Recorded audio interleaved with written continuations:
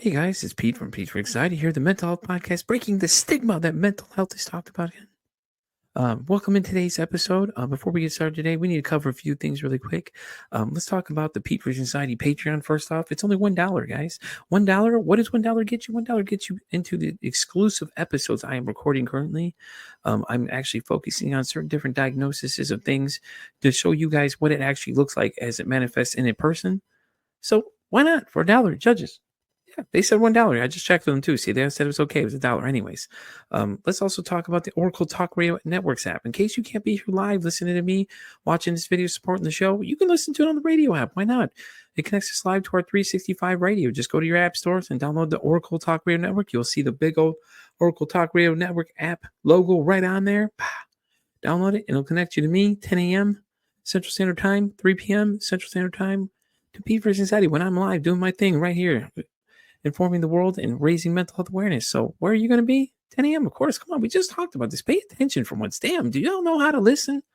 And as always, guys, like, follow, and share the YouTube channel. If you guys like what you're seeing, leave some comments, man. We want to know. I want to know if you like what you're on. You want to be on the show? Let me know. Hit me up at PeteVersusAnxietyPod@gmail.com. And as always, guys, enjoy the show.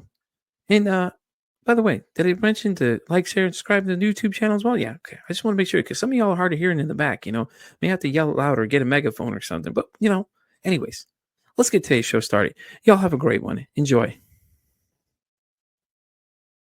Hello and welcome into another exciting episode of Pete vs. Anxiety, the mental health podcast, breaking the stigma. The mental health is talked about enough. My guest today is a BMMS, nature-inspired mentor, certified life coach, and a world ambassador for the Plant Advocacy, and the host of the Reconnect with the Plant Wisdom podcast, the one, the only, Tigrilla Gardenia. How you doing today?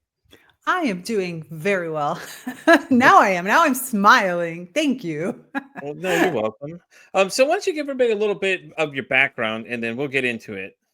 Sure. So I have a pretty varied background. So I'll give you kind of like the quick synopsis. As you said, I'm a nature-inspired mentor and coach, and I really specialize in helping creative, multi-potentialites, so multi-passionate people that transform all of their overwhelm, their self-doubt, their anxiety into clarity and confidence. And I do this all by working with the plant world. So plants are my allies, my friends, my mentors, my models, and I work very closely with them to help you create an ecosystem that allows you to really thrive in life.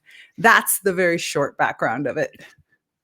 That's I love it though. I think it's interesting. Like I said, when it comes to plants, like we were talking before I hit record, I think people sleep on them, honestly. I don't think people realize how many things that plants bring to us that, a lot of people seem to forget, the different benefits of health quality and just quality of life in general. Am I not correct on that Absolutely. one? Yeah, there's actually a term for it. So the old term was called plant blindness. It's the one we use the most.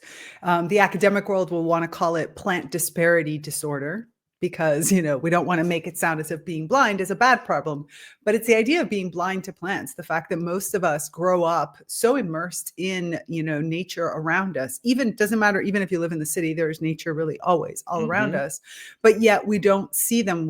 Plant blindness is specifically defined as the idea that we do not recognize the role of plants in our lives, the ecosystem services that they provide, everything that they do and that are there to do to help us live the life that we are, starting with oxygen, just going to the basic tenets of without plants around, we wouldn't be able to have the atmosphere that we need in order to survive. Right, exactly. I think people overlook that too. Trees are important for that because they eat the carbon dioxide and the other kind of stuff. And I think it's an interesting concept that people seem to sleep on. It's just like they don't realize that how much plants benefit us in general, and just natural care in itself is better than all these other chemicals that we keep introducing. And I think that's where we start to lose our sense of humanities because it's like nature has got us this far.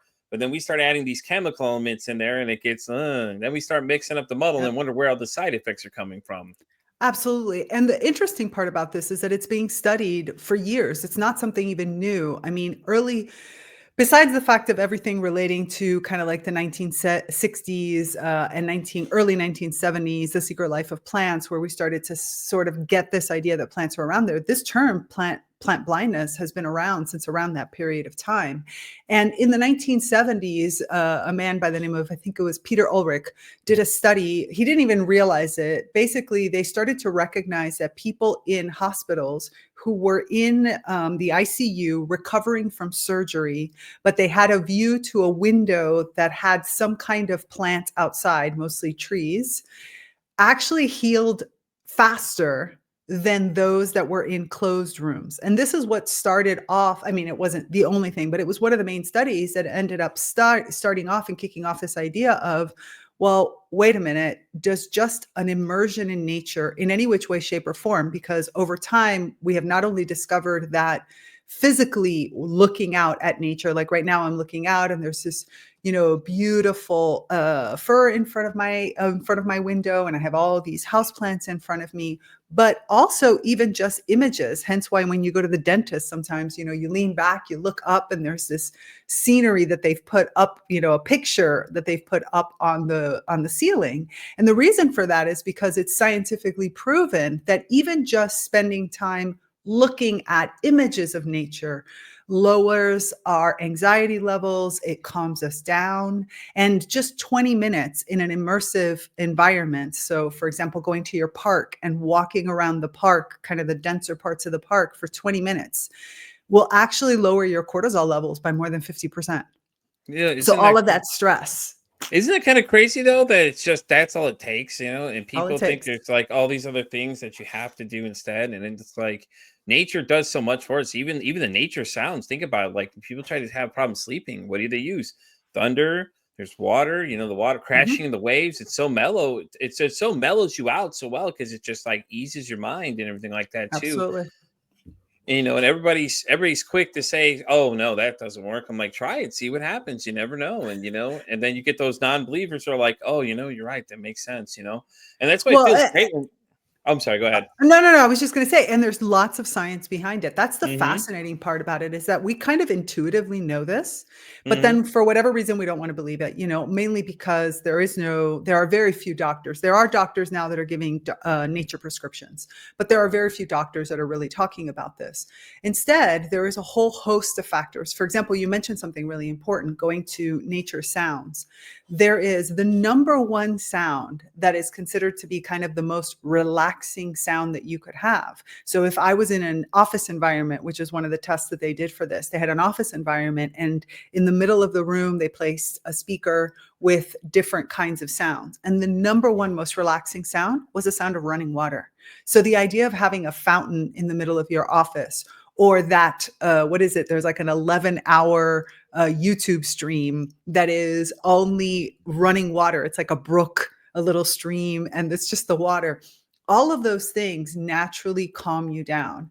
They relax you. They make you feel like much more like I can deal with things. They give you focus. And then add on top of that, the plants, in the sense of adding the plants as a visual aid, as the oxygen that they produce, as the biophilic. So the inherent love of nature that I have, and the awe and wonder that we experience, which is another area that's heavily being studied right now, is the fact that anytime we look at the natural world, a single plant, a little blade of grass, a mountain, I trigger this awe and this wonder. And there's a whole series of different effects to that. Everything from lowering depression, lowering cortisol levels, as I talked about, anxiety, making you more altruistic, helping you feel safe. Like there's a whole series of other elements, depending on the combinations, that we as humans, we don't trust anymore. Like, because we don't give ourselves the ability to experience it, and because there's very few people that are saying, go do this. And then when they do say it, they say it in a way that kind of doesn't work for people. So one of the big barriers for many people, for many adults, let me rephrase this. There's a barrier for adults to experience nature in that healing way, is the fact that we've almost been taught, especially if we grew up in urban environments, that nature is out there.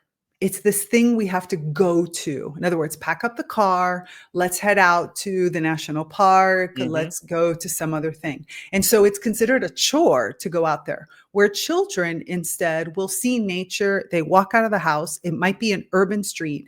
And then there's like, the sidewalk crack, and there's maybe like a little blade of grass growing out of that, or a dandelion. And the child will stop and be like, ooh, cool. Like, what's this? Where are you? And all of that oohing and awing that we sort of make fun of.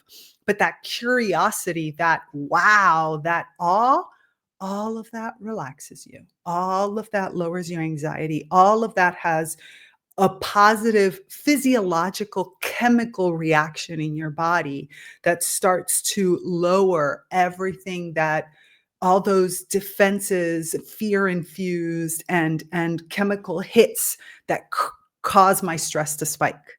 And that's that shift, that tiny, tiny little shift from, oh, wait a minute, nature is the houseplant. Nature is, unfortunately, the mold growing on my wall. Nature is the moss that's on the rock, or the lichen that's on the paver right in front of my parking space. Like, when I start to see all these different elements, then I can step in and trigger that awe and wonder, and therefore have an instant relaxer no matter where I am.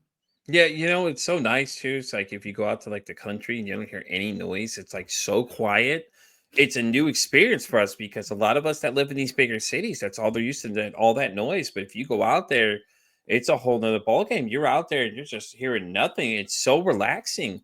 Like Mm. I've done it before. My wife and I, we go out to closer to Oklahoma where she's from, and we're out here in the Texas area. So we're out there. We go out there, man. You don't hear anything except for cars that pass by every so often. Other than that, it's so quiet, but it's so relaxing because you don't have all that anxiety of all these noises and gunshots and those other random things that are going on. You just random items of things that's going on. Police cars go, you don't hear it. It's so great because it's like it's so deafening, but at the same time, it's so relaxing because it's refreshing because you just feel everything is washed away because you don't have anything else to worry about. You just have nothing but complete nature. That's all you're hearing. And even at that, you don't even hear any like crickets or anything like that making any noises or anything. And it's just great. But at the same time, it's weird at first because you're like, I'm waiting for all these noises to come, man. Where's all the noise at? Like, I'm used to the barking dog next door that, making all these noises and stuff, but it's just nothing but you and nature out there. And it's Right. it's the most exhilarating thing I've ever done in my life. Well, and part of what is healthier for us to do is to find the ways to convert our living spaces or our workspaces into areas that feel that way. So in something called biophilic design, which is the idea of how do I design with nature? How do I create a natural flow inside of whatever space I am in? Actually, I have somebody who I'm going to be interviewing for my podcast who does a form of biophilic interior design, which is fantastic. The idea of how do I introduce these elements? And there's a number of different things that you can do to feel like you're in the middle of nowhere, Oklahoma, when you're in the Hmm. middle of your apartment in some city, which is things like, first of all, light. So Hmm. not just natural light, but if I'm outside, I'll give you a simple example. If I'm outside, most likely the light is being filtered by some kind of trees and forests and things like that. So all of these different higher elements to me are filtering the light through. So just putting not necessarily curtains or any kind of strong treatment over your windows, but something that instead has some kind of shape and that maybe moves a little bit will allow the light to trickle through. And that'll trigger for you the feeling of I'm in an enclosed, protected space, kind of like when I'm walking through a nice and peaceful woods. The idea of the sound source that comes from running water, or like you said, bird sounds also Hmm. will mask out in a lot of ways the way that our ears. I'm actually a music engineer by trade, and it'll mask out certain types of sounds. So therefore, I'll be more prone to hear the water, and eventually the water will fade out. But that water that fades out is in a way that is still very relaxing, and it's still hiding out other kinds of sounds. So there's a lot of little tiny things that you can do inside of your urban spaces in order to create the illusion or to have that connection to nature. And this is really when people talk about the connection to nature, the disconnect we have from nature. These are a lot of the elements that we're talking about. It's not just that we don't go out far into nature enough. It's that we no longer, because of that plant blindness, we no longer recognize the nature that is around us. And we also don't invite nature into our homes anymore. In a way, we don't bring all of those elements that are the ones that really make us feel cozy and safe. And they're the ones that make us feel like, okay, I can recharge. It's the thing that makes me contemplate. Like if you go and you look in Architectural Digest or something and you see these aesthetic spaces, they might look kind of beautiful in some ways for a second, but imagine yourself sitting in there. Like if I'm sitting in a stark white room with like a silver furniture and a hard couch, do I feel like I want to lie down and take my shoes off and read a book or, sit with a cup of coffee or a cup of tea? Like it doesn't give me that feeling of I'm safely protected. And that's what that biophilic effect does. And that's how it affects our mental health. The reason why we feel so much better is because historically speaking, also, we grew up in nature, right? We were always in nature. We've always been a part of the natural and we are nature. And so therefore there's this resonance that says, oh, this is really home. This is the place where I feel good. This is the place where I can let my guard down because I have the instinct, being an animal ourselves, I have the instinct to be able to know what to do if something happens here. We think it's the opposite, but internally speaking, our body reacts as if, oh, I know what to do if I'm in a natural environment and something comes. I know when to run. I know when to hide. I know when to move. I know when to do these types of things. So our body naturally can relax more because I have that instinct that knows what to do. And I don't have to be struggling and worrying about that all the time. It's great that you brought up mental health. I was going to ask you, what are the effects of plant music on human physical and mental health as well? I mean, I don't think Yeah. people talk about it enough. So I think it's great that you're here to educate a lot of my listeners and myself because I'm loving what I'm hearing so far. It's just so interesting. Yeah, so let's talk about what plant music is. So plant Okay. music is there's kind of two aspects to this that are most important. So the plant music that you were specifically talking about the effects of plant music on human health comes from a study that I did and I worked on for many years with a series of doctors and researchers around a device called the Music of the Plants device. Now, this is a device that I live in one of the largest, in the world's largest spiritual eco community, which is located in northern Italy. It's called Damanhur, and we've been around for about 50 years. And come check us out. We're Hogwarts for adults. It's an amazing place. You can't even imagine it until you go and you look up our underground temples and stuff like that. But in this, one of the areas of research that we did was to study how is it that plants communicate and what would be one way that we could communicate more easily with plants.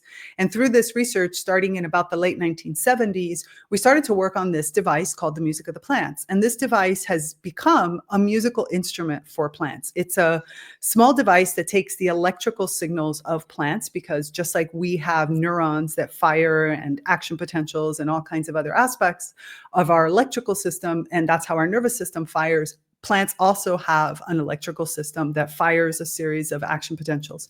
So we can read these, and then using this device, they get read and they get converted into notes of music. So this gives the possibility of a plant to actually start to make music. And what we have discovered over time was that plants actually learn how to use the instrument. In other words, if you work for a long time with a given plant, you start to hear melodies that develop. You start to be able to harmonize if you're a musician or if you're playing an instrument yourself. Like all kinds of things start to develop that make you realize, oh my goodness, this plant is actually communicating with me through music because it's a language both of us understand. So that's the foundation. So what happened was that in this work with the Music of the Plants, when I first came to the community, I had my whole plant reawakening thanks to a plant that was making music that all of a sudden for me was like, oh my goodness, now I understand when people say plants are alive. Like, you're talking to me. What? I never would have expected any of that. And I started working closely, and then I got invited to work on the team that was developing the music of the plants at a larger scale to be able to sell it to people. And in doing this work, I started collecting stories from people who had devices who were telling me about incredible experiences with healing. Obviously, many natural kind of energy healers and other kinds of healers, but eventually moving into hospitals and into doctors were started to use this device. They just had it on as background music, thinking that it would be kind of a natural kind of soundscape rather than putting on radio or Muzak or anything like that. But then they started to see all these incredible results. In other words, people were, as you said, calmer. So also they started to see different, for example, one place was a physical therapy center. And the physical therapy center said that when they had the music of the plants in the room that they would do the physical therapy with, the people tended to heal faster, which is very similar to the whole 1970s study that I was telling you about, where just looking out the window and being able to see a plant increased my healing time. In other words, it decreased my healing time.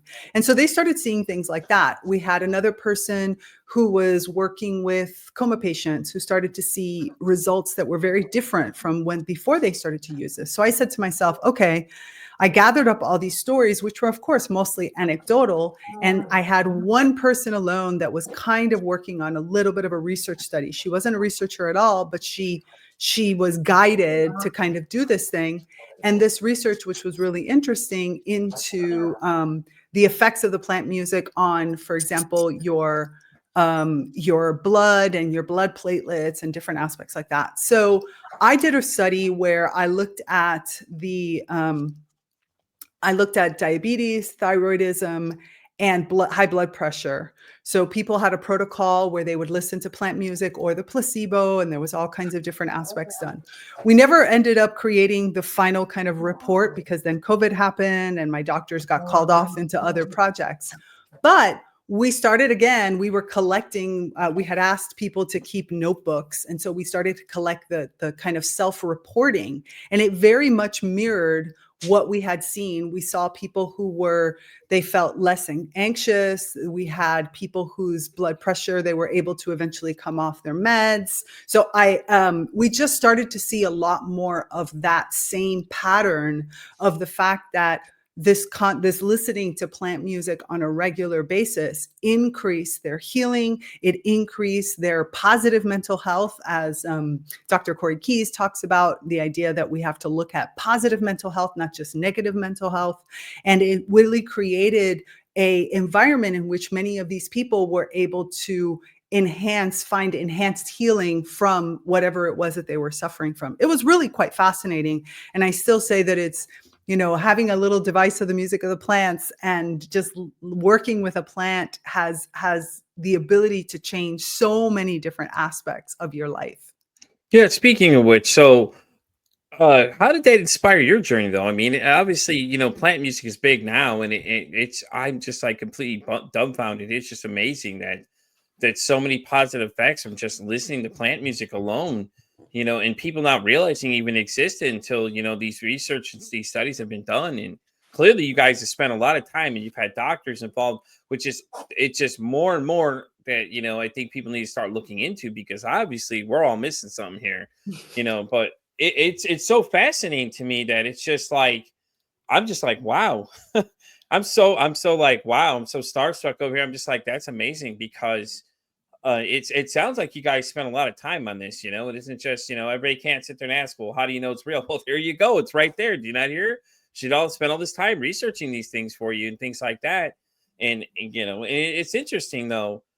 So I'm wondering though, how do plants teach us to create healthy relationships though? Yeah, so this is, if you think about a plant, right, being sessile, the fact that the plant is rooted into the earth, can't run away, means that in the end, a plant only has whatever they have. in order to be able to survive and deal with any issue. And yet plants are the most versatile, adaptive, a species that exists out there, if you think about it, because a plant has to constantly being adapting to the changing conditions around them. And so when we start working with a plant directly, right, either through plant music, which for me was a instrumental in opening a channel for me to communicate directly with the plant and receive. But even if I was to just look at, maybe I don't believe in any of that, maybe that's all too woo.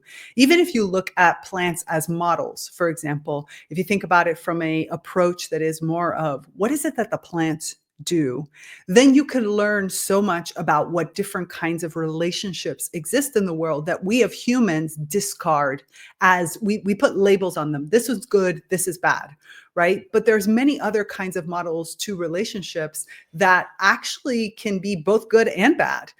So for example, let's take commensalism, which is something that we as humans tend to completely disregard or think of it as something bad, which is one person gets a benefit and the other person doesn't get a benefit.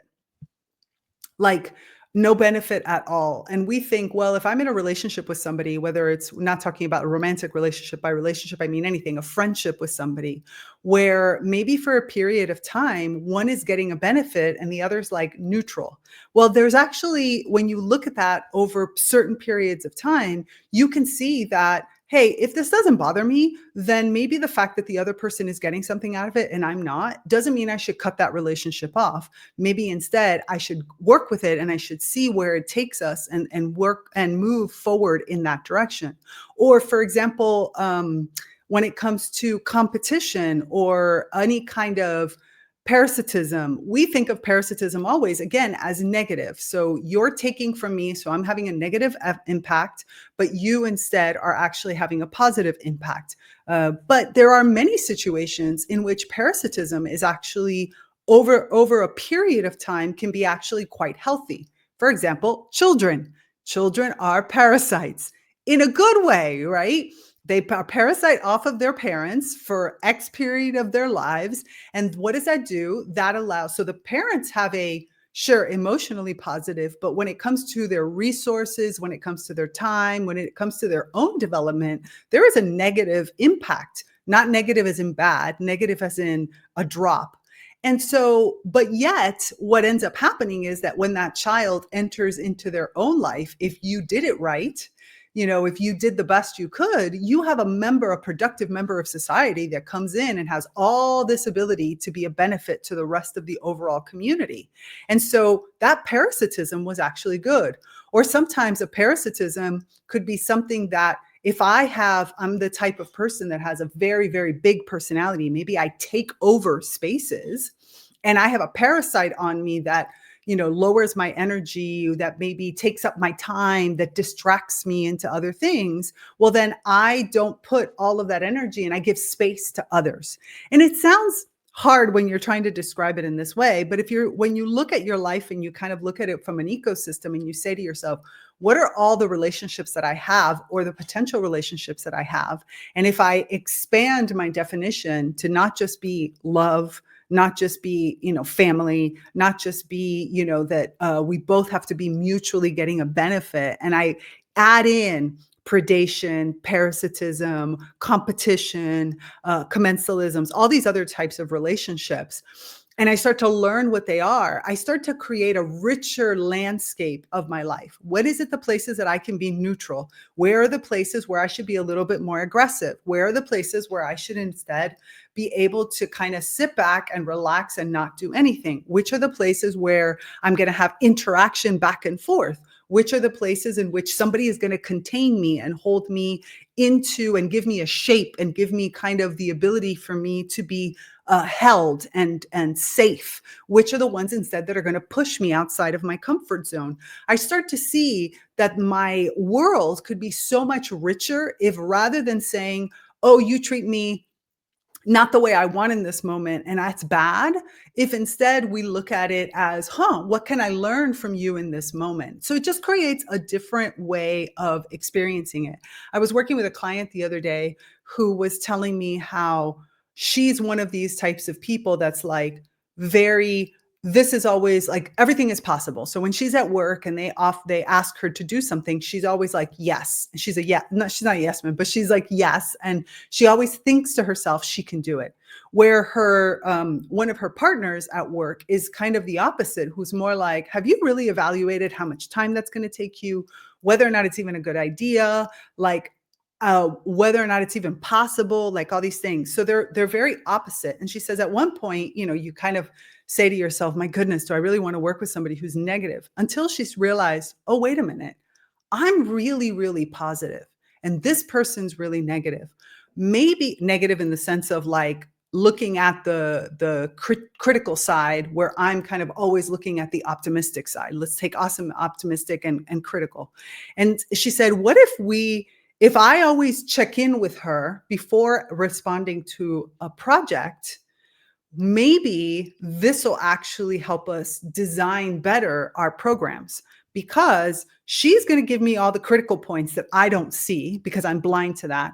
I'm going to give her all the possibilities. And then what ends up happening together is that we create something that's more complete. We go to our bosses and say, oh, look, you asked for this, and I thought it was totally possible, but then I realized that there was this, and this that I wasn't looking at. And then we brought this all together, and now we have a plan that we can actually execute on, and we feel like we can hit it right on time. Yeah. So Yeah. it really just opens up the way that we do things.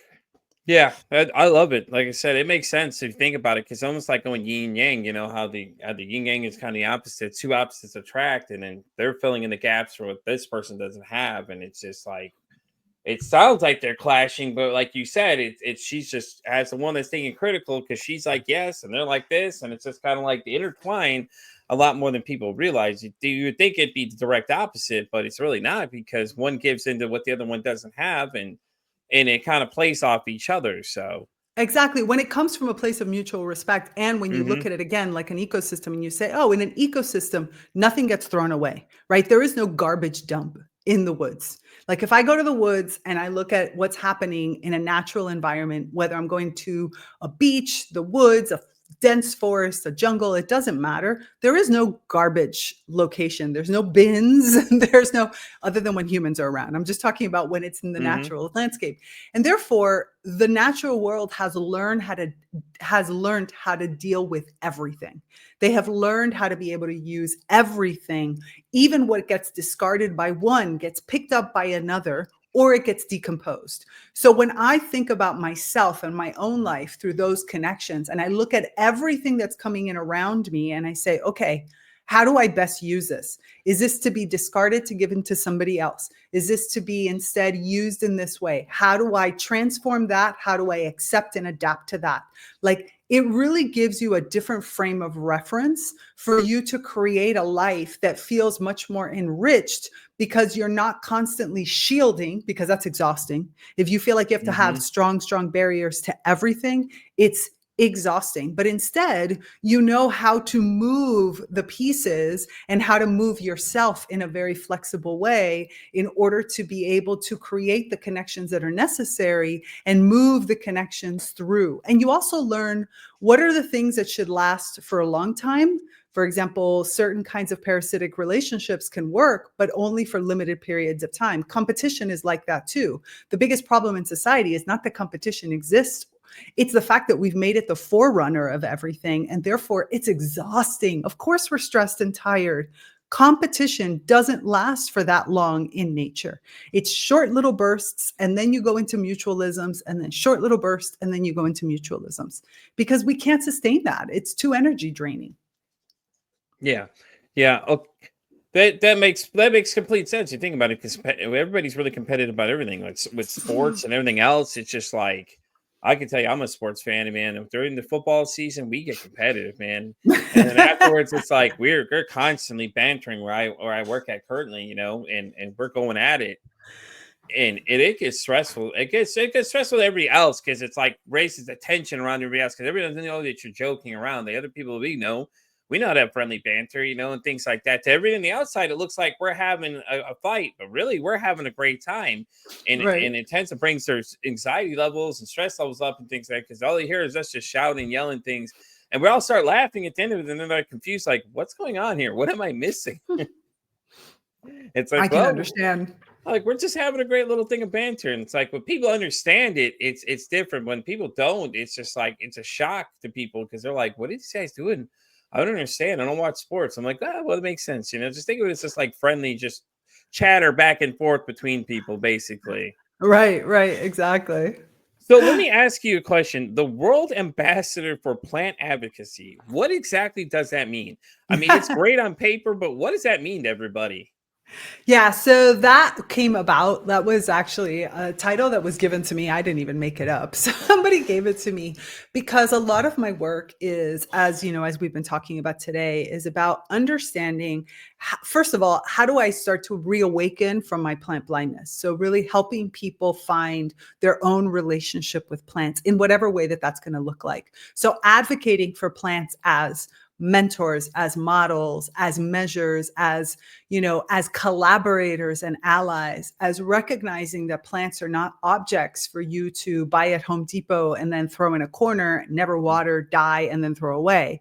Like, this is a living being who has chosen to be here, who has, decision making capabilities, who has intelligence. It's still argued whether or not they have sentience. I have my answer I feel very comfortable with, but I get that for not everybody, it's a scary thought to actually recognize that plants are conscious beings, because everything in our world is plant-based. Our food is plant-based, Hmm. our clothing, our houses, our furniture, like so much is plant-based. And so when we start to recognize plants as persons, as alive and conscious, then all of a sudden it opens us to many other questions. So as a plant advocate, my work, which is, is how do you forge these relationships?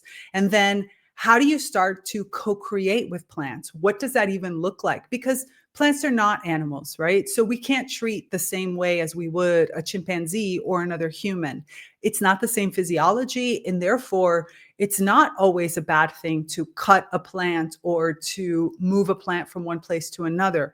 That being said, it's also something that needs to be done with respect and care. And so, what does that look like? Also, plants have a different way of approaching the world. We were talking about this whole ecosystem mentality and this ecosystem thinking. So, when I'm building my business, for example, and I'm sitting down with Noelle, the Christmas cactus, who is my current business partner, and I say to Noelle, I want to have this, this, and this.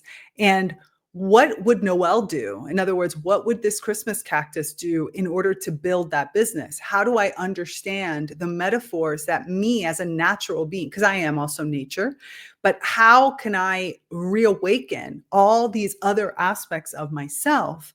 And how do I then work with other kinds of species, and especially plants, to think of the world through a different logic? Plants are very present. They're very aware. So what do I learn about my own life in reference to presence and awareness?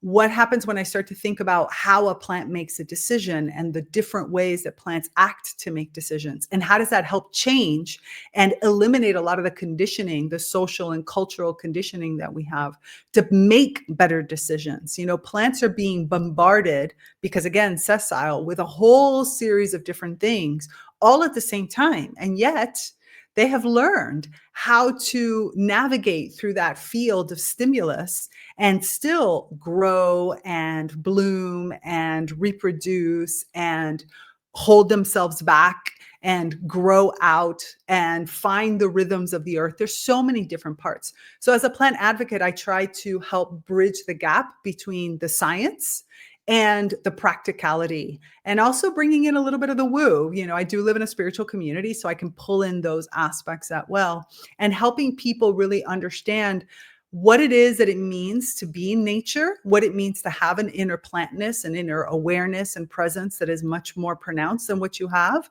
and what does it mean, and how can we co-create with these beings to change our conditioning and our fear-based model that we have built much of our lives on. Yeah, yeah, fair base is right. A lot of people are scared of a lot of things, and I think that's it's insane though. But I'm thinking about what you were just saying. I'm thinking of this movie. I don't know if you've ever seen it. It was early 90s. It was called Fern Gully, where the girl was just like little, little sprite type girl. She was like trying to teach the Yep. guy, hey, plants have feelings too. And I'm just thinking the whole time, like, damn, dude. I'm like, we've already known this a long time ago, but people just want to disregard it because to them it sounds like, oh, well, oh, she sounds like a hippie or whatever Yeah, weird name exactly. they want to give it. As soon as they hear spirituality, a lot of people are just like, oh no, okay, I'm done with this conversation. It's like I think people are too quick to shut down a conversation for listening to the actual logic that's being used with it. And that's the thing that I don't like. I don't understand. It's like there's so much information out there. Everybody wants information, and it's like when you give it to them, then they're like, well, I don't know. It's like That's it's why all you right can't. there. Yeah, but you can't do it that, and that's part of that human conditioning that we have, right? So even in the Mhm. work that I do, and as a coach and as a mentor, most of what I do is experiential. Yes, we do a lot of processing and talking through Zao and finding, but it's really important to figure out how is it that you process information and how do Yeah, you live that information? So I would say that the biggest work that I do as a plant advocate is live the experience with plants, because if I do a plant consciousness commentary every Friday, not every Friday, but almost every Friday. And on in that plant consciousness commentary, I break down many of the studies that are coming out now talking about plant intelligence, plant consciousness, plants in the built environment, all kinds of different things like that. So it's a very scientific base. And as I'm reading through it, just because you work closely with plants doesn't mean that you allow yourself to really see plants. And the reason is because there is, again, a huge fear wall there. So much would change. Just think about a researcher who has to recognize. I mean, we've gone through this a little bit with animals, and we're still struggling with it with animals, which is I want to do research, and that means I want to cut you open and slice you up and dissect you and do whatever the hell I want to do in order to break you apart and figure things out. And the only way that that works is if I continue to think that me as a human is the dominant species. I am the most important thing. Your life doesn't count the way mine counts.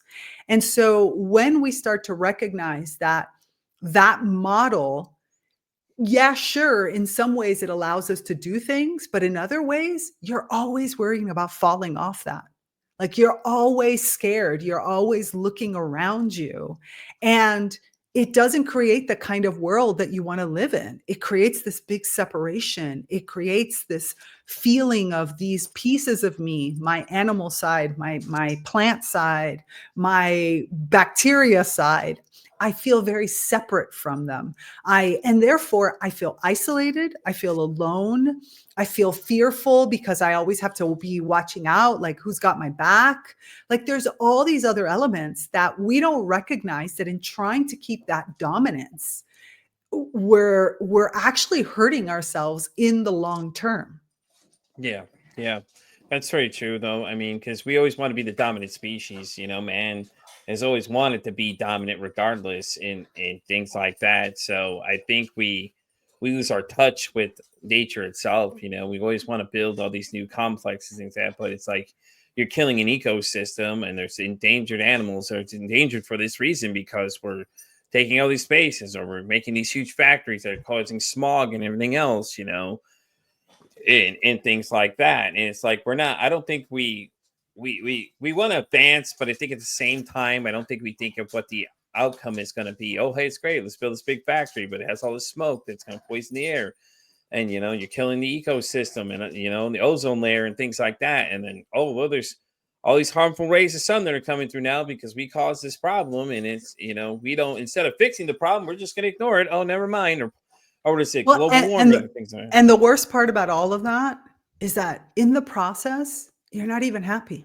Because if Exactly. you were to tell me, that, look, I have met everything from, the richest to the poorest. Okay. And unfortunately, it is true. Those who live in everything you just mentioned, like who Mhm. are the ones that perpetuate it with no regard, are so scared of everything crumbling that they don't even enjoy. So sure, in the moment you might enjoy a glass of champagne. You might enjoy the fact that in the moment you're purchasing the car that is like whatever 200 grand or whatever, you might think that you're enjoying it. The day you buy the house that is like the mansion and you first walk in. But when you have to live in that mansion every day, you're not happy. You're not you're not looking around going, my life is so good in like, from an internal place. You might think of it outside because that's what they've been teaching you that are the measures of success. But let me say, these people are not happy. And so you're killing all of this in a world around you for something that doesn't even chasing joy that you can't find. Wouldn't it be better for you to just stop and like connect in to that natural part of yourself and look at life from that direction and say, who do I need to be in order to feel perpetual happiness, like to really feel connected, to recognize that I'm not alone, that people around me are not going to backstab me, or that I'm not going to lose my millions in a heartbeat, and that my life is actually good and that I could be still. And that's really what the plants teach us. The plants teach us how to be present, how to flourish where I am. I can't run away. I can't go anywhere. I can't manufacture things that don't exist. I have to take what I have and make the best of it and create a beautiful bloom based on what is right here with me now. Yeah, but you're asking people to change their perspective of things, and people don't like change. Like we already know, people don't like change, regardless of what it is. They all want to fight change. Even though you're presenting all these wonderful facts and things that are just more beneficial to them. Oh no, we can't do that. You're changing my perspective of things now. I don't Right. like that. And I think that's the problem that we have these days is people are just like they're too scared of change because they're like, oh God, what's gonna happen next? And they start freaking out. Oh well, oh God, I don't like change. What is this? When they don't realize or they don't want to hear the positivity of what's gonna happen. Like, hey, listen, you can make these small changes and live a more happier life versus, having all these things that, money can't buy happiness, as they say, because it really can't, and it's funny because like you get all these big houses and everything else and things like that. It's great. But where does that leave you at the end of the day? Okay. Well, are you happy with that? Well, and just kind of shrugging their shoulders and things like that. And it's just, it's so funny to watch them though, because they're like, oh, I got all this money, I got all this. Okay, but are you happy is the real question at the end of the day. And I'm sure 90% of them be like, oh no, I'm not, because a lot of these people, these lavish lifestyles, or these movie stars that live all these like real rich lives, they don't have privacy at all. Now people idolize them, and it's like now they have no privacy. People are constantly trying to see what they're doing, trying to take pictures when they go out in public and things like that. And it's just like, it's like, okay, that's great and all, but are you happy? So what question we keep coming back to? Are you happy Right. at the end of the day? And clearly, obviously, they're not. A lot of them aren't, because you don't want to live like a prisoner in your own house because you got this lavish mansion, and the outside it looks great to everybody else, but the inside you're really stuck inside like a prisoner because you can't go anywhere with anybody sitting there and trying to take a picture or all these other things, invade your personal life. But in nature, it's different. You're so far out, like a lot of people. That's why they live so far out remotely, is because they don't want to be bothered by other people, and it's so refreshing because you don't have, like I said, all that noise and everything, and it's so relaxing because then you can come home and just let the sounds let you soothe you, basically. Yeah. If anything, I would say that working closely with plants quiets the noise in your mind. Mm-hmm. I think that has been, and you're absolutely right. This isn't, even when I talk about advocacy, I mean, my primary, the advocacy is to help people who have misinformation. But Mm-hmm. more than anything, I would say that the advocacy that I do is about is creating that safe space and giving you permission to have an experience. Because once you have that experience, then everything opens for you. So for example, I have an online community called the Naturally Conscious Community. And in the Naturally Conscious Community, we have many, many different kinds of events and experiences. So we have everything from meditations to master classes where we get into really deep subjects. We have book clubs and writing and creativity groups. The idea of having many different types of senses, many ways for you to experience the relationship with plants, to give yourself that safe space where you could even screw it up, right? Because you're Mhm. in a safe environment that allows you to experiment, make mistakes, try new things, and not worry about whether or not anything else is going to happen. And so then once you start to experience it, then the thoughts, the mind, the definitions, all of that will come after. It's not really the primary place. I think we try to approach everything from mind because we want to think that we're intellectual beings. But like you said, we don't change our mind. I mean, our conditioning is really, really deep. It happens from birth. It happens even in past lives. I mean, there's depending on how you look at it, you are Yeah. conditioned from them. Everything from the way you say thank you and when you say thank you is conditioned. Most of us did not try different types of thank yous in order to get to that. And I say this because, like, for example, when I was younger, I speak Spanish because I'm Cuban American by birth, and so when I was growing up, I remember that the way that, hearing different people say you're welcome, where in English, I think most of us just say you're welcome, but in Spanish, there's lots of different ways. And I remember as very young, I went through lots of different iterations of like, how do I want to say you're welcome? And it sounds so silly, but like I was like, do I want to say it, gracias? Do I want to say de nada? Do I want to say a la orden? Do I want to say something different? And I spent a lot of time just playing with it, what felt right in my body, until I ended up with a la orden, which is what I normally say. And it feels right. And it's such a silly thing, but it means that when I say it, it always comes from a place of, this is me, and I want to say these Mhm. words to you. It doesn't come from my society taught me that when a person says this, I should say it. It doesn't come from you're rude or, people looking at me funny. It comes from a genuine place of me owning it. And so I think we need more spaces. Schools are not doing it because, unfortunately, with the way that we test, only certain little groups have the opportunity to do it. But we need more spaces where we can just experiment with stuff. And once you start doing this with plants, because of that presence and because they hold that space, because they create that oxygen, because they have all this other stuff that they create for us, it almost gives us, and because the natural world, like you said, is peaceful and calming, Mhm. and I can sit in an open field and I can lie on the grass and I could just be.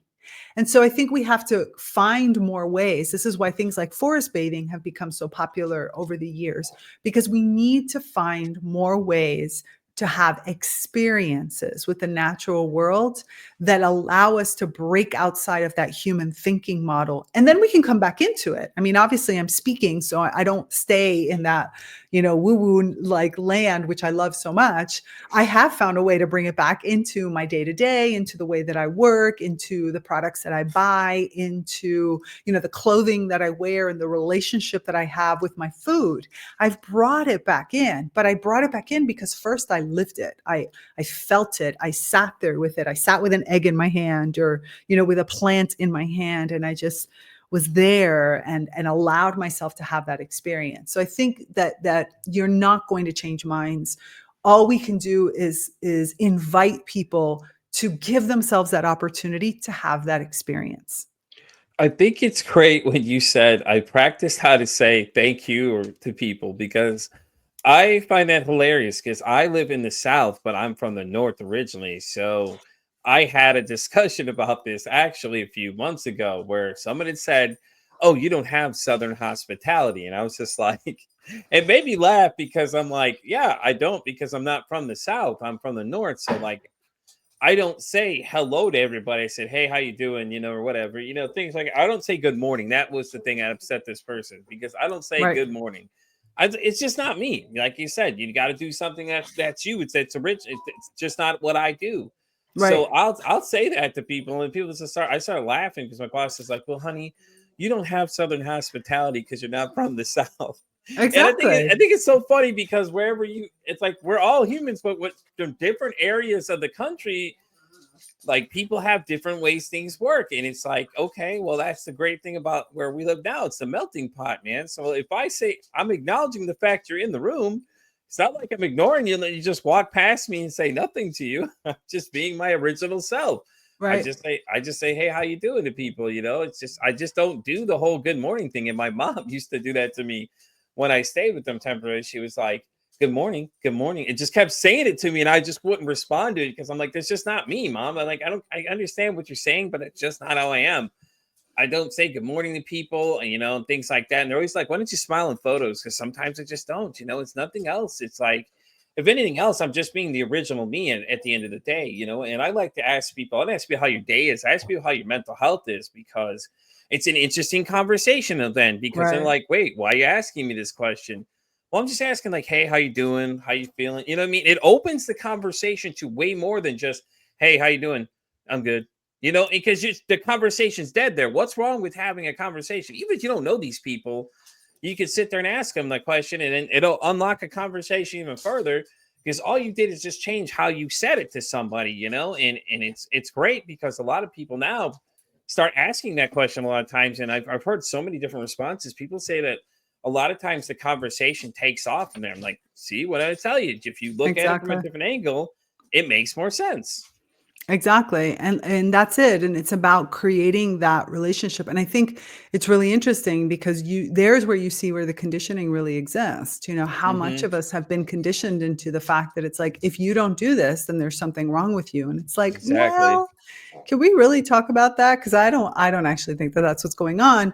And it's a two-way street. And it's like there's a part of you that has to be comfortable with who you are and how you act and things like that. And then the other side is the other person recognizing, hey, wait a minute, is my need to say this to you actually coming from my own conditioning that is like teaching me, oh, I'm supposed to do it this way type of thing. Right. It's Yeah. it's fascinating.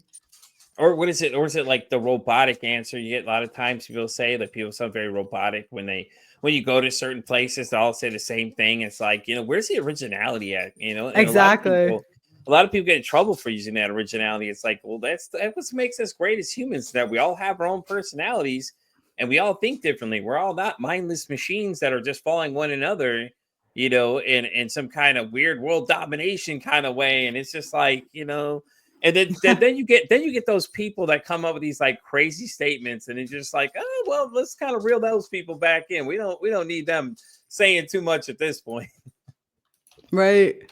So let me ask you really quick before we start wrapping up here. Your podcast. When did you start doing it though? Is it something that you just decided? Hey, it obviously it's reaching a lot of people because I've looked at it, I've seen it, I've been listening to some of it, and a lot of people comment things and stuff like that to you all the time too. So. Yeah, so I started it now, and I started it maybe was 2 years ago, now that I'm thinking about it. So I just recorded actually, right now, as we're recording this, I published my 100th episode. Hey, congratulations. Exactly. Thank you. It was, and so I started the podcast, 100 episodes ago. I took a little bit of a month-long break at one point, and then I took another break. But in general, I've been putting it out every week since we started. And it's so so a little over 2 years is what it's been going. And it's been this beautiful, even there, experiment and development. In my 100th episode, I talk about what I've learned doing 99 episodes and the experiments that came from that, and the fact that I went from when I would go off the cuff versus scripting it out a little bit, interviews versus doing Hmm. it straight up. And there is so much that I have learned. And so my podcast, like you said, it's called Reconnect with Plant Wisdom, and I am picky about who my guests are because what I'm Hmm. looking for is that relationship you have with plants. It's not so much like beautiful. I always tell the herbalists that contact me, I said, look, I love herbalism. I really do think it's great. I love it for medicine and all kinds of stuff. But I have a tendency to hear many of you talking about plants as like, take this and do that. Like it's about an object to a certain extent. And my podcast is really about what kind of relationships are you having? And it's been fascinating to Yeah. hear how people are, really waking up and having these amazing interactive conversations in all walks of life. I mean, I've had artists and musicians and shamans and people who are and herbalists who do have that kind of relationship. And I had a wonderful and several doctors in different fields, but who really are talking and having that close relationship with plants. And the podcast helps me so much. My messaging, my understanding of myself. Who am I? What do I want to talk about? What is it like? What's the advocacy I want to do? How do I want to help my clients? And how do I really want to be how do I want to be in the world? And the plants that have helped me through it, Noel, the Christmas cactus, this little Dracaena that you can see behind me, who's helped me so much with my body, and so many other plants that have been intricate in helping me, tomato and basil, and also chickweed and purslane. I mean, I've done interviews, you could say, with all of them, and they've all been members of my podcast, because there is so much learning that's constantly going on. And also the part of doing a podcast, as you know, every week, putting it out, it's not an easy endeavor. It's work, and it's creativity, and it's methodical, and it has all kinds of different elements in order to do it right. And so I am where I got off to a very, very slow start. I had a crash, and then now I'm like so grateful and having so much fun doing it. I'm glad you're doing it. It's awesome. Like I said, I've been enjoying it so far. I've been listening to and things like that. So as we get ready to start wrapping up, did you want to go ahead and plug some of your social sites, your website, things like that? I will include them in the video down below, guys, in case you're listening to this somewhere else. I will definitely get you how to link up to her in case you want to check it out. Her podcast is on YouTube. Is it on Spotify or Amazon or that kind of stuff? It is on all of them. It is on all of them. So you can find them from my name, or you can find it from Reconnect with Plant Wisdom. And also, I guess the biggest place is obviously my website has everything that I am, everything that I do. It's the easiest way to find. So tigrillagardenia.com, but also my online community, which you can find from my website, called the Naturally Conscious Community. And it's just naturallyconsciouscommunity.com. And this is the premier online community for plant-human relations. So everything that happens in there, all the different programs that we have, are all geared toward this expansion of yourself through your relationship with plants, and book club and writing group, like I said, and lots of discussions, and the commentary that I do. Everything is in there. Well, it's awesome, though. Well, thank you so much for coming. I really do appreciate you coming. I like I said, I was excited when I booked you, because I was like, this is going to be an interesting conversation. Because just like you, when I started doing this podcast in the beginning, if you watch the earlier stuff, it's a little different versus now. Now I've expanded a little further, and I've just learned so many different things about myself as I'm going, and it's great. And you can watch the evolution of Pete from the beginning to where I'm at now with this interview now, and then going forward and things like that too. So, guys, as we get ready to start wrapping up, once again, thank you so much for coming. I appreciate you being here. Thank you. You guys know where to find me. I'm Pete vs. Anxiety on X, all the way down to TikTok. I'm on Spotify, all the way down to iHeartRadio. And as I always say, it costs nothing, absolutely nothing to be kind to somebody. One kind act you could do can save somebody's life, or hell, you can make their day. My name's Pete vs. Anxiety. I'm signing off saying, hey, don't ask your day is today. Ask how your mental health is today.